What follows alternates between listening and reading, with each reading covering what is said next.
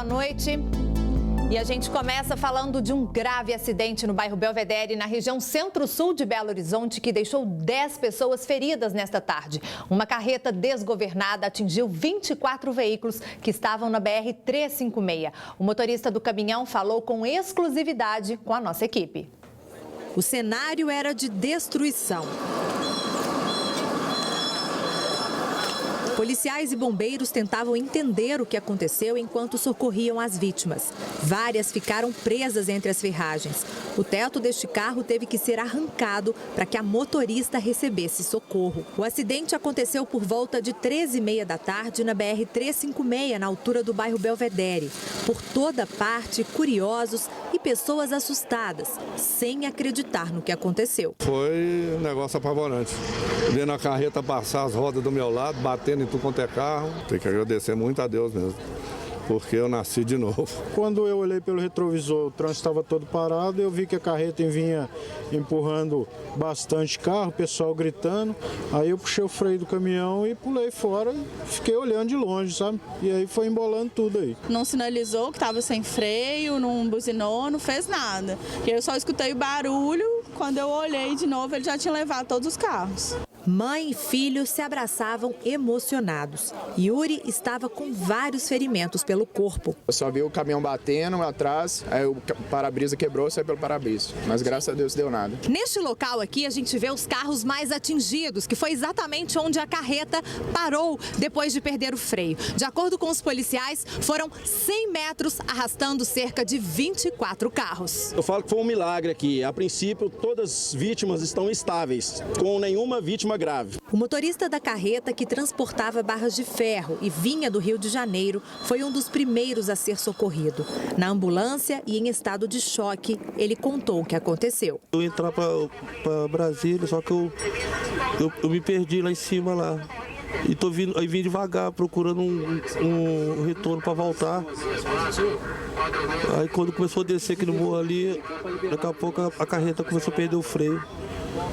Perdeu o freio, eu tentei controlar ela e não consegui. O helicóptero da Polícia Militar pousou no meio da BR para resgatar algumas vítimas. 1 hora depois do acidente, o trânsito foi liberado em um retorno para a cidade de Nova Lima. Eu só queria pedir perdão a todo mundo, que não foi culpa minha, não.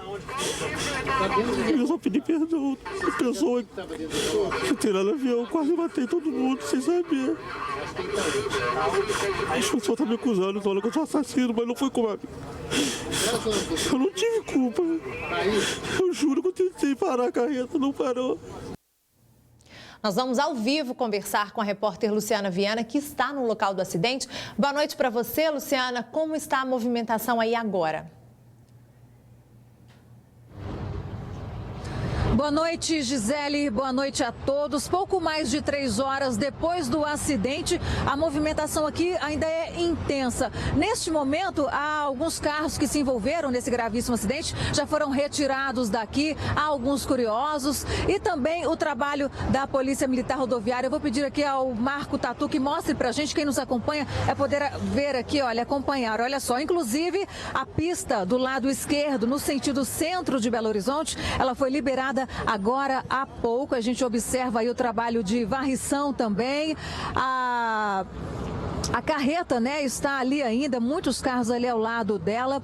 Bom, nesse acidente, atualizando aqui os números, foram 24 veículos envolvidos nesse gravíssimo acidente, além da carreta. 10 pessoas feridas, sendo que 7 foram levadas para o Hospital de Pronto-Socorro João 23. 3 não quiseram, né, dispensaram o atendimento e, felizmente, nenhuma pessoa morta e nenhum ferido grave. Lembrando que, segundo a Polícia Rodoviária Estadual, esse trecho aqui, nesse trecho é permitido o tráfego de carreta, né, aqui neste local. Portanto, essa carreta, ela teria perdido os freios, segundo o motorista. Bom, estamos aqui acompanhando a pista já sendo liberada aos poucos. A gente volta a qualquer momento, Gisele, trazendo as informações aqui para quem nos acompanha. Tá certo, Luciana, obrigada. E a gente vê ali que, além da retirada dos carros, os bombeiros também jogam ferragens né? Porque houve muito vazamento de gasolina. Uma pista foi liberada para os carros ali descerem e só corrigindo, né? Ferragem.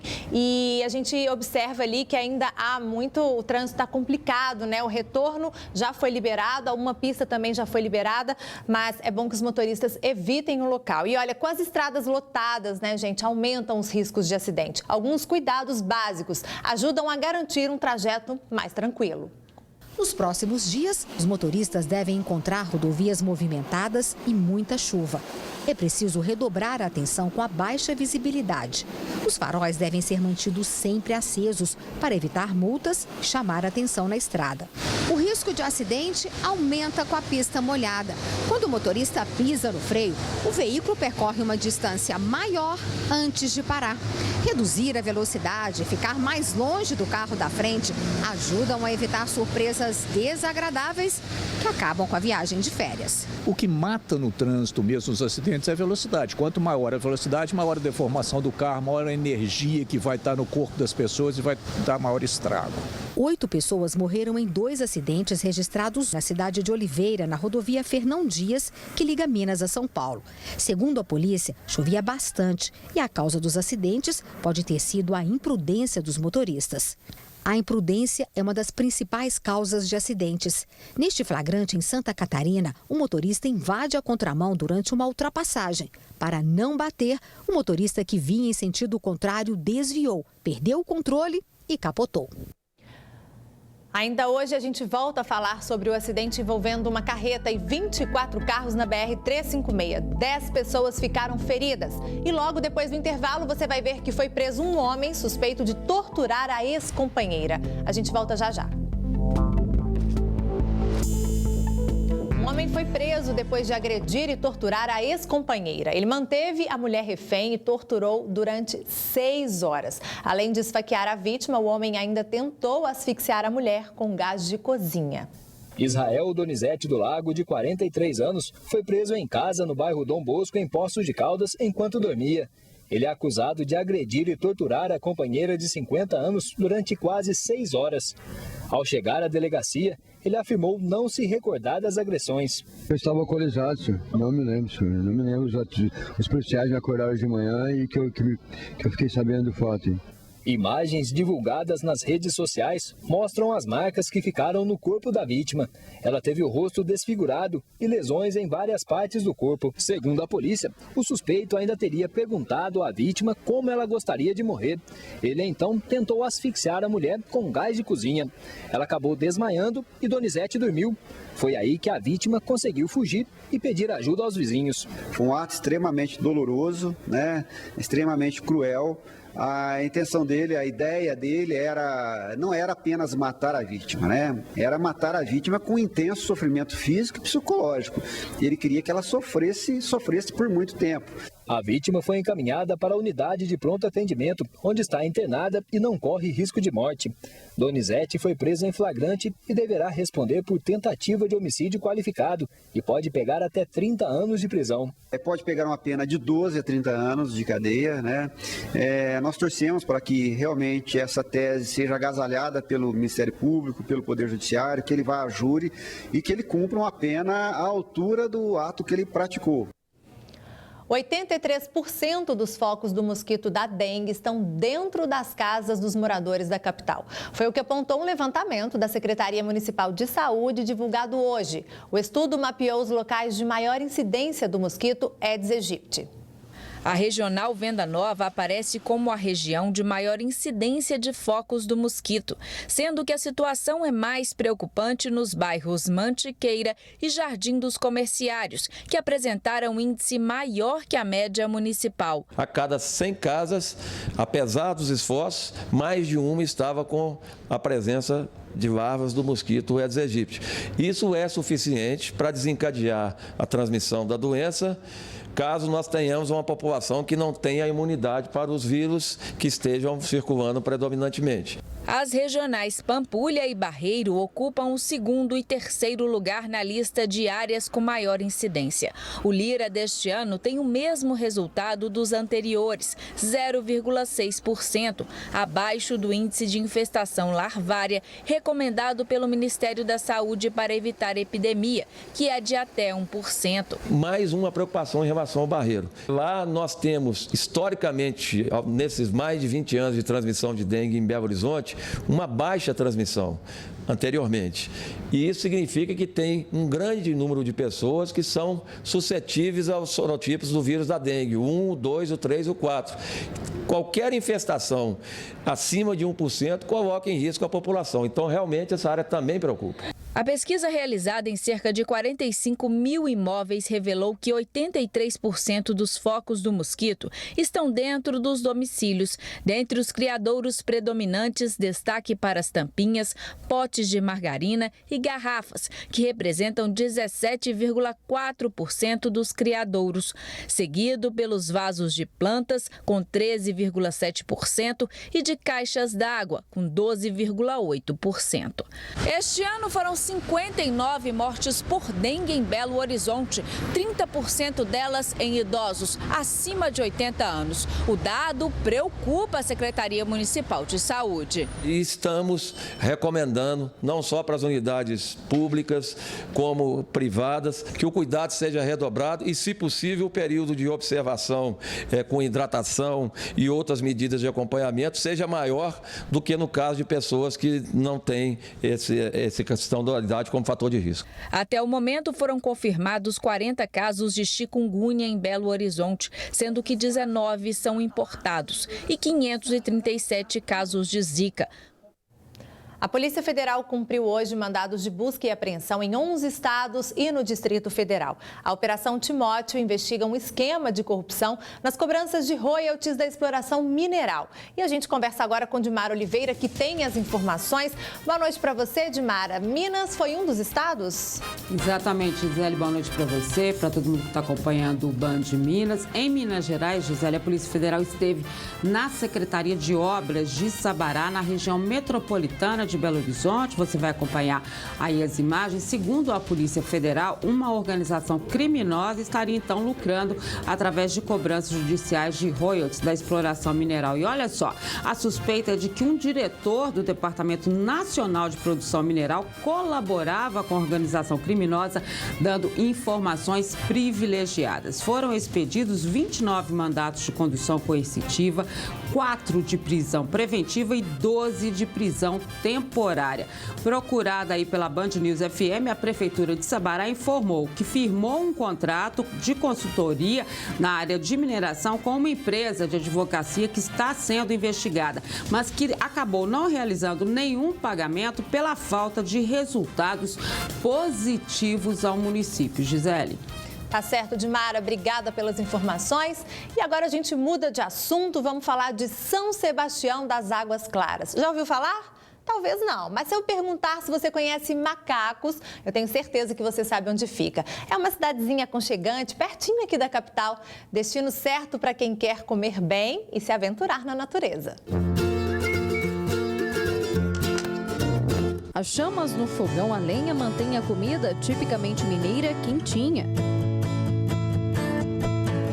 Enquanto do lado de fora, com uma vista deslumbrante, os violeiros brincam com as cordas dos instrumentos. Tem prisioneiro inocente no fundo de uma prisão. É assim quase todo fim de semana. Os amigos Zé Maria e Renato se encontram neste restaurante para tomar aquela cerveja gelada e colocar o papo em dia, com direito ao que eles mais gostam de fazer: música. Cheguei lá, beira do porto, onde as ondas se espalham. Junto com a turma que vem para cá. Eu me sinto bem, ficando junto com eles aqui no Macaco. É a tranquilidade do vilarejo de Macacos, que fica a menos de 30 minutos de Belo Horizonte, que atrai turistas de várias as partes. Na verdade, São Sebastião das Águas Claras é o nome oficial do pequeno distrito de Nova Lima. O lugarejo ficou conhecido como Macacos por causa dos contrabandistas de ouro, que usavam as trilhas da região e eram chamados assim pelos bandeirantes. Durante a semana, a principal rua do vilarejo parece mesmo com uma cidadezinha do interior.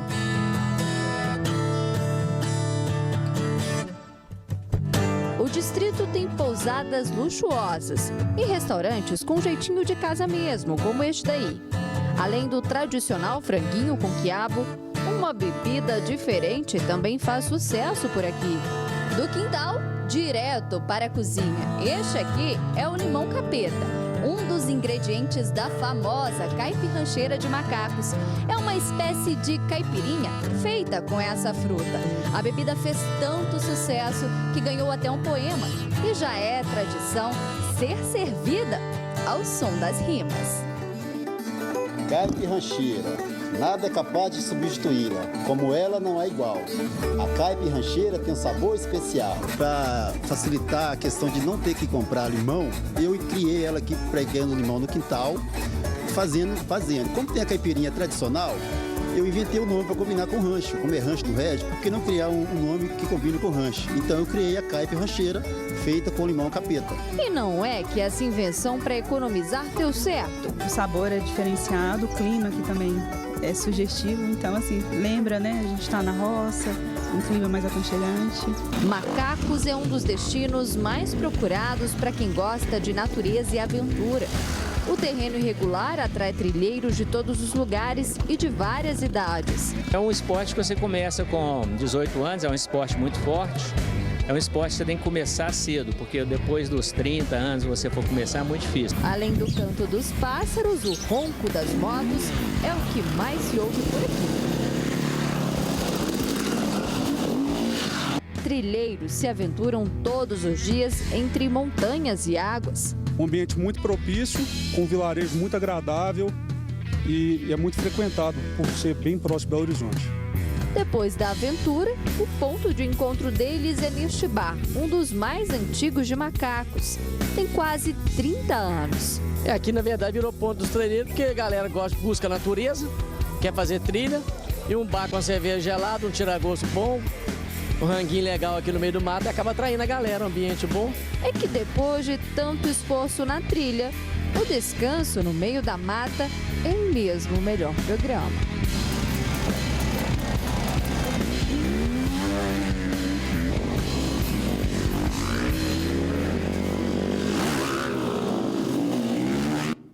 Já já a gente fala das chuvas que causaram muitos estragos na cidade. Pelo menos 35 árvores de grande porte caíram nos últimos dias. É depois do intervalo. Desde terça-feira, caíram em Belo Horizonte cerca de 35 árvores de grande porte. São os estragos da chuva. Não é isso, Dimar Oliveira? É isso mesmo, Gisele. E esse balanço foi divulgado pelo Corpo de Bombeiros nesta sexta-feira, não só aí com a queda de árvores, mas com os alagamentos e tudo que tem ocorrido em Belo Horizonte, na Grande Belo Horizonte, com as chuvas. Além das 35 árvores que você mencionou que caíram, outras 21 tiveram que ser cortadas porque apresentavam risco aí para imóveis e também risco de queda. Você acompanha aí as cenas. Ocorrências foram atendidas para salvar também pessoas ilhadas em inundações, chamadas relacionadas a enchentes e alagamentos. E é bom lembrar que desde o início deste período chuvoso, quase 700 casas foram destruídas ou danificadas em todo o estado de Minas Gerais pela força das águas. Segundo a Defesa Civil do Estado, 10 cidades já decretaram situação de emergência e existem aí várias regiões em alerta, inclusive entre elas Belo Horizonte e a Grande Belo Horizonte. Gisele. Tá certo, Dimara. Obrigada pelas informações. A Polícia Rodoviária Federal começa a realizar fiscalizações mais intensas nas rodovias mineiras por conta das festas de fim de ano. A Operação Rodovida pretende prevenir e reduzir acidentes de trânsito nas rodovias federais nesse período quando há o aumento do fluxo de veículos e passageiros nas estradas brasileiras.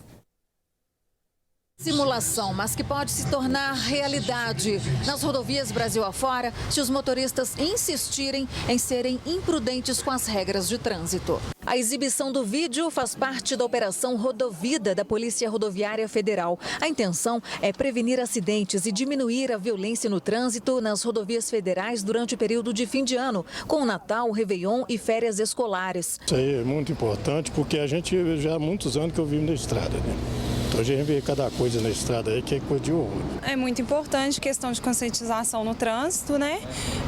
Questão, os passageiros também, no caso de van, foi muito bacana. Extrema importância a educação no trânsito e a conscientização dos motoristas, né? Trata-se de um reforço no policiamento para que nós possamos auxiliar aqueles motoristas que vão viajar no período de férias e festas e também coibir abusos por parte de alguns desses motoristas. Logo no início oficial da operação, a motorista deste carro, que pediu para não ser identificada, estava viajando com 3 crianças. Ela teve a documentação retida e foi multada por causa dos pneus carecas. A parte de dentro do pneu já estava no arame.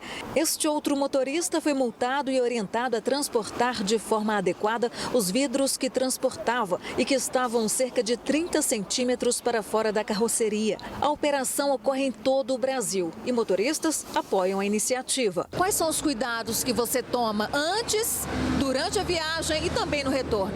Antes, revisão do carro, sempre, né? Durante, os cuidados com cinto de segurança, essas coisas assim, velocidade, né?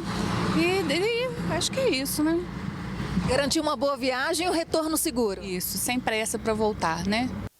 Isso aí. E a gente volta a falar sobre o acidente que deixou 10 feridos na BR-356. A gente volta novamente ao local com a Luciana Viana. Lu, os carros já estão sendo retirados?